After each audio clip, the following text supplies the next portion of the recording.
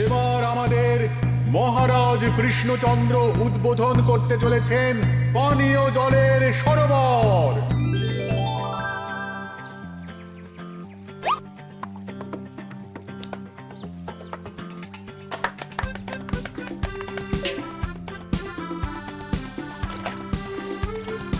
এই নাও রানী, আজ এই জলে রাজবাড়ির রান্না হবে। মহারাজ, আমরা সবাই চাই আপনি এই পানীয় জলের সরোবরের ব্যাপারে কিছু বলুন। কৃষ্ণনগরের মানুষের দীর্ঘদিনের ইচ্ছে আজ সফল হয়েছে।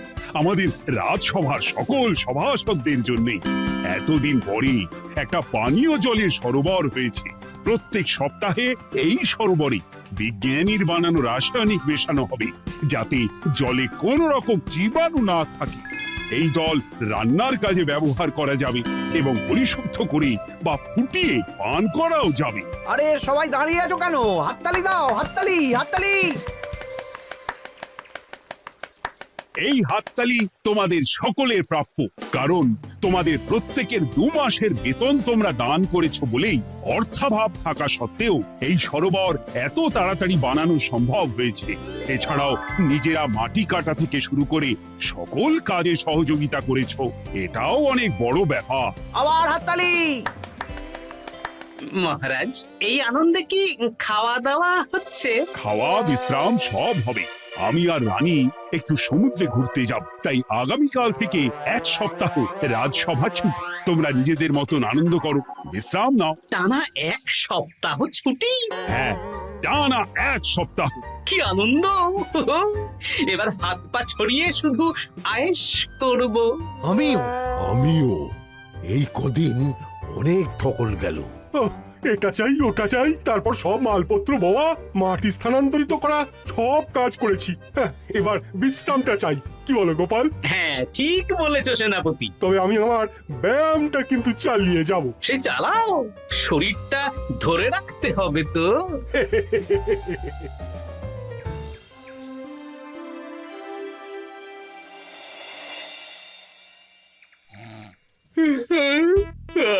বলি এত ঘুম তো ভালো নয় গো, একটু ব্যায়ামও তো করতে পারো, বুড়িটা একটু কম তো। কি হবে গিন্নি, সুস্থ শরীরকে ব্যস্ত করে এই বেশ ভালো আছি, সুখে আছি। একটু শরবত করে দাও তো। নিজেও তো করে নিতে পারো। আচ্ছা, গিন্নি মানে কি? কি?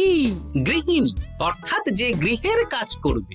আমি যদি ঘরের কাজ করতাম তাহলে তুমি আমাকে গিন্নি বলে ডাকতে। ব্যাপারটা কি ভালো শোনা তো? শরবতটা বানাও দেখি। লোকটার যেন আর তর্স হয় না।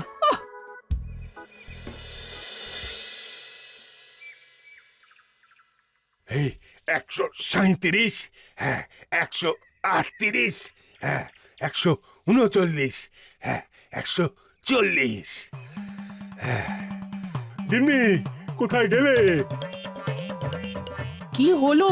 তোমাকে সেই কখন বলেছি ডিম সেদ্ধ করে দিতে, করেছো? আরে বাবা, সকালে জামা কাপড়গুলো কেচেছিলাম, এখন ভাঁজ করে গুছিয়ে রাখছি।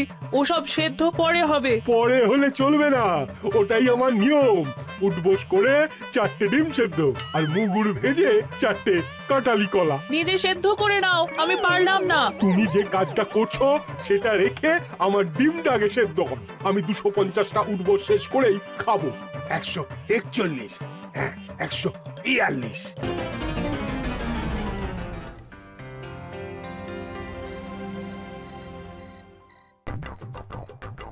ও গিন্নি, তোমার পিঠে একটু সুড়সুড়ি দিয়ে দাও তো। আমি এখন সন্ধে দেব, সুড়সুড়ি টুসুড়ি দিতে পারবো না বাপু। তুমি তুলতুলে হাতে সুড়সুড়ি দিলে ঘুমটা তাড়াতাড়ি চলে আসবে।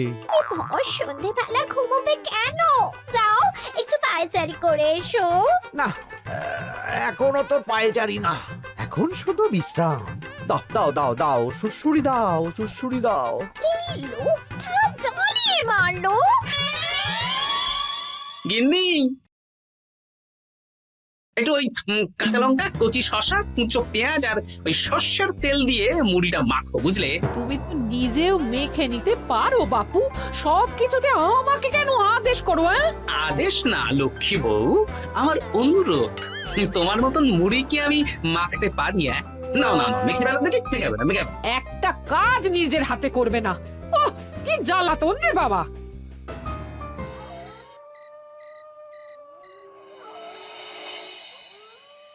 তরকারিটায় নুন একটু কম হয়েছে, বুঝলে গিন্নি?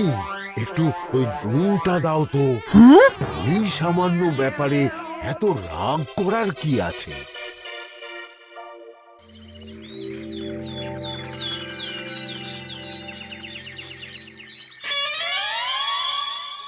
এই একটু জল ভরে নিয়ে যাব, একটু শান্তিতে রান্না করব তার জো নেই।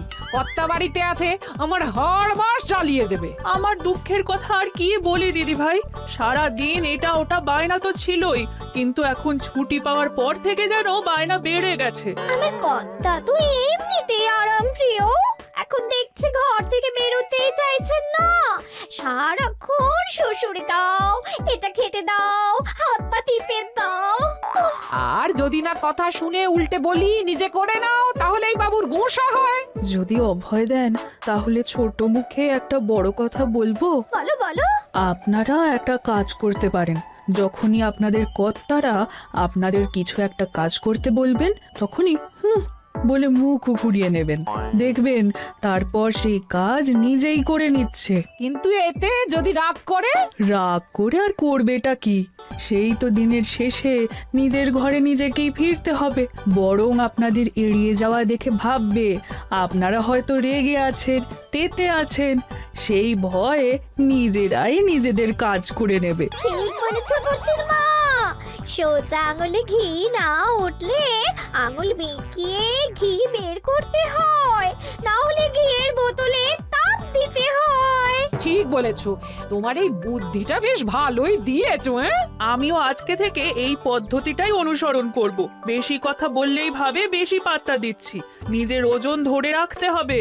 যাতে স্ত্রীদের তপে স্বামীরা কাঁপে। এবার সব কাজ নিজেরাই করবে, আর আমরা শুধু রান্না করে খালাস। করবে মানে করতে বাধ্য হবে।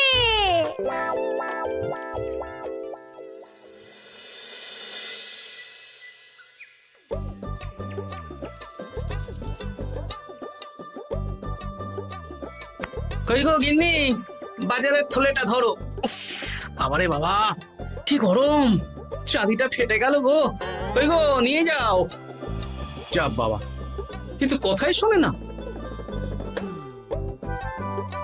আরে বাবা, আমি কখন থেকে হাঁকছি বাজারের থলেটা নিয়ে যাও, কোনো কথা কানেই তোলো না। এ নাও, দেখো তোমার পছন্দ মতন কই মাছ এনেছি, আজকে তেল কই রেঁধো কেমন। ওর কি, আমি স্নানে গেলাম, ভালো করে কষিয়ে রান্না কর, হ্যাঁ, দুপুরে পেট ভরে খাবো। হ্যাঁ, এই তোমায় কি হুহু রোগে পেয়েছি নাকি? হ্যাঁ, যাই বলি তাতেই একটাই উত্তর, হুহু। কি মন্ত্রী মশাই, অনেক দিন হয়ে গেল আমাদের হাতে কোনো কাজ নেই। এখন কি আর গোপালের পেছনে লাগবেন না নাকি? দূর, অনেক তো পিছনে লাগলাম, কিন্তু ফলের ফল তো কিচ্ছু হলো না, উল্টে আমার বদনাম হলো আর তোরাও ফেসে গেলি। তাই আর না। তাহলে এখন কি হাত গুটিয়ে বসে থাকবেন? এখন সুস্থ শরীর ব্যস্ত করতে চাইছি না, বুঝলি? পুজো ছাড়া তো সেইভাবে বড় ছুটি পাই না, কিন্তু অনেক বছর পর এক সপ্তাহ টানা ছুটি পেয়েছি, তাই এই ছুটিটা খেয়ে দিয়ে আয়েশ করে উপভোগ করতে চাই। বাহ, বেশ টাটকা ফল এনেছেন তো। খাবি? আপনি খাওয়ালে আমরা আবার না করতে পারি নাকি? দাঁড়া, তোদের গিন্নিমাকে বলছি কেটে দিতে। কই গো, শুনছো? কই গো? গিন্নিমা তো কোনো সাড়াই দিল না। তাই তো দেখছি, দাঁড়া আমি রান্নাঘরে গিয়ে বলে আসি।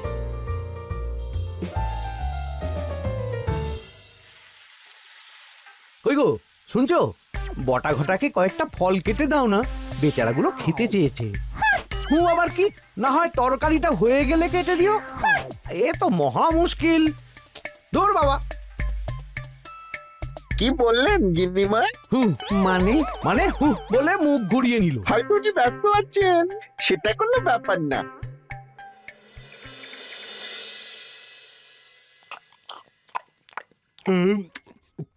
সত্যি তোমার হাতের রান্নায় জাদু আছে। হ্যাঁ, বাহ বাহ। কি হলো গো? হ্যাঁ, সকাল থেকে মুখে কুলু পেটে বসে আছো কেন? তোমার কি কিছু হয়েছে? হুম ওই দেখো আবার হু হু করে। দাও দেখি, আর একটু ভাত দাও। হুম কি গো, ভাত দেবে না? হুম আরে বাবা, তোমার কি রাগ বা অভিমান কিছু হয়েছে? এ তো দেখি কিছুই বলে না।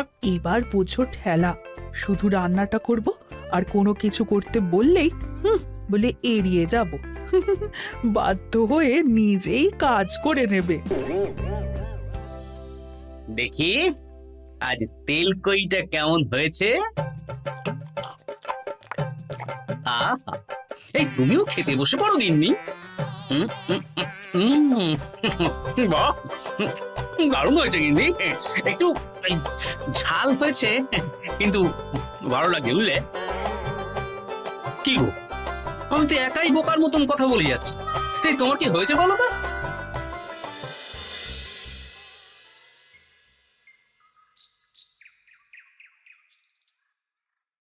গিন্নি, মুদিখানা থেকে মাসকাবারি সব নিয়ে এসেছি।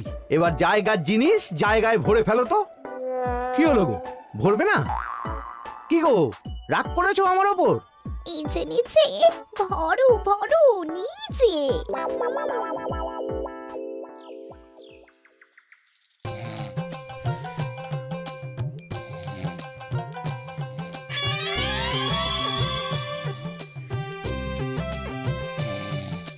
এ কি গো গিন্নি, দুপুরের এঁটো থালা, বাটি, হাঁড়ি, কড়াই সবই তো শুকিয়ে কাঠ। এগুলো মাজবে কখন? আরে, এই কি শুরু করেছো বলো তো? শুধু হু হু করে যাচ্ছ। কিছু জিজ্ঞেস করলে হয় চুপ করে আছো, নয়তো হু হু বলছো। বাসনগুলো মাজবে না? হ্যাঁ, রাতে রান্না বান্না করবে না নাকি? আরে, এ তো আজব ব্যাপার। না, আমাকেই দেখি বাসনগুলো মেজে ফেলতে হবে। বাড়িতে তো আর 5টা দাস দাসী নেই।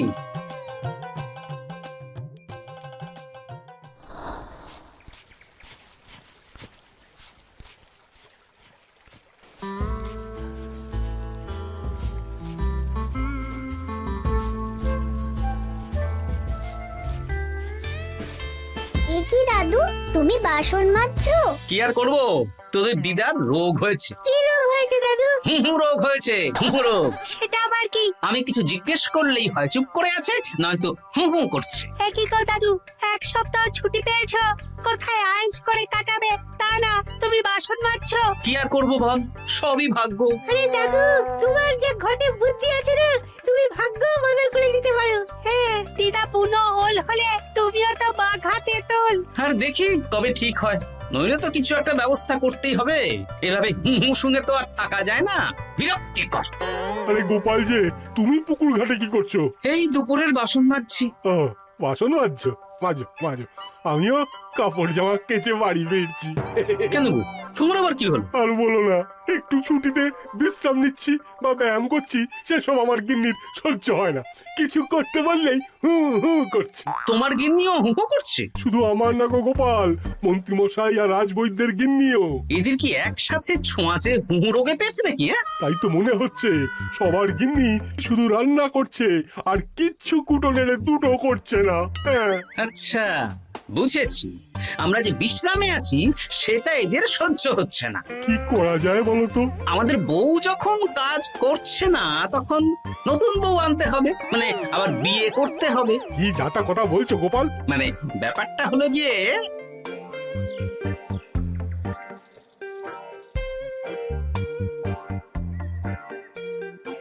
হ্যাঁ, দারুণ বুদ্ধি। তুমি এক কাজ করো, মন্ত্রী মশাই আর রাজবৈদ্যকে এই বুদ্ধির ব্যাপারটা জানিয়ে দাও, আর কাল বিকেল বেলা থেকে আমাদেরও হু হু রোগ শুরু হবে। কেমন? বেশ বেশ।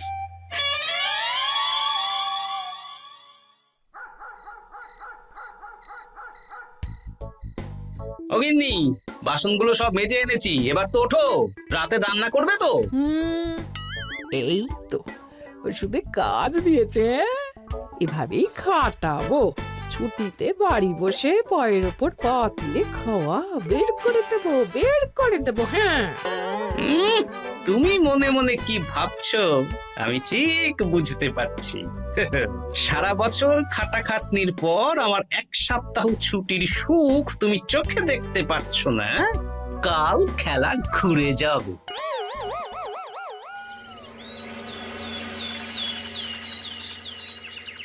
আজ থেকে আমার আর কোনো উপকার তোমাকে করতে হবে না গিন্নি। আমি নিজের ব্যবস্থা নিজেই করে নেব। হ্যাঁ, মানুষটা সেজে গুজে গেল কোথায়? চললাম। কোথায় যাচ্ছি? গলায় মালা, এত সাজগোজ, কি ব্যাপার? বাবারে বাবা, আতরের গন্ধে ঘরটা ম ম করছে। এলাম। হুম।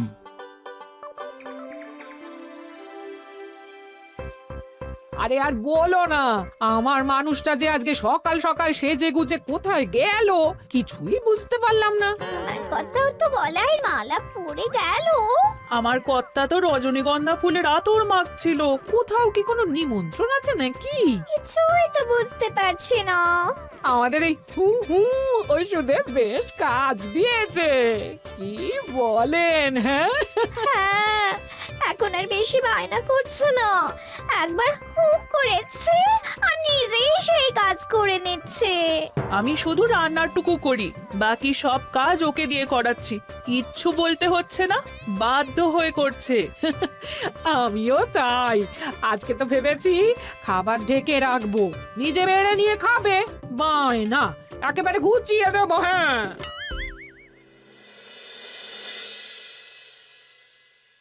সকাল থেকে সন্ধে হয়ে গেল, বাড়িতে এখনো এলো না। মানুষটা কোথায় গেল রে বাবা? এসো এসো নতুন গিন্নি, এসো।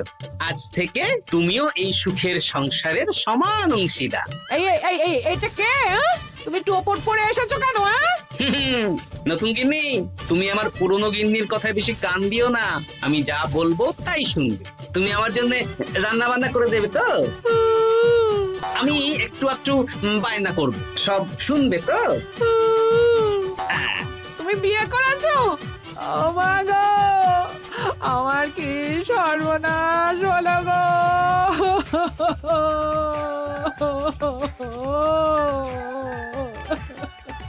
চলো নতুন বউ, মোড়ের মাথায় গরুর গাড়ি দাঁড়িয়ে আছে, চলো চলো চলো। ওগো, তুমি এরকম করো না, আমি আর বাঁচবো না। কেন এত কষ্ট দিচ্ছ? সামান্য হু করার জন্য আরেকটা বিয়ে করলে? আমাকে পিঠে সুড়সুড়ি দিয়ে দেবে তো গো নতুন বউ? এটা কে? এ কি হলো? আমার বন্ধু বান্ধবরা এলে তাদের একটু ফল জলখাবারের ব্যবস্থা সব তুমি করবে তো? ও মা গো, এ কি সর্বনাশ হলো আমার! এই আমার সাথে এটা করতে পারলে? আমি কি অপরাধ করেছি? দেখো, ঘরের কাজ আর আমার একটু একটু বায়না, এগুলোই তোমাকে সামলাতে হবে, বুঝলে? তাহলেই তোমাকে রানী করে রাখবো, কেমন? এই, এটা কে? আমি বেঁচে থাকতে তুমি আবার বিয়ে করলে? ওর কথা শুনো না, তুমি আমার দুয়ো রানী। এ তো দেখছি বড্ড কান্নাকাটি করছে। চলো দুয়ো রানী, আমরা কদিন একটু ঘুরে আসি। চলো, এখনই যাব। না না না, আরে ওর কথা শুনো না, আমরা ঘুরবো। মোড়ের মাথায় গরুর গাড়ি দাঁড়িয়ে আছে, চলো চলো।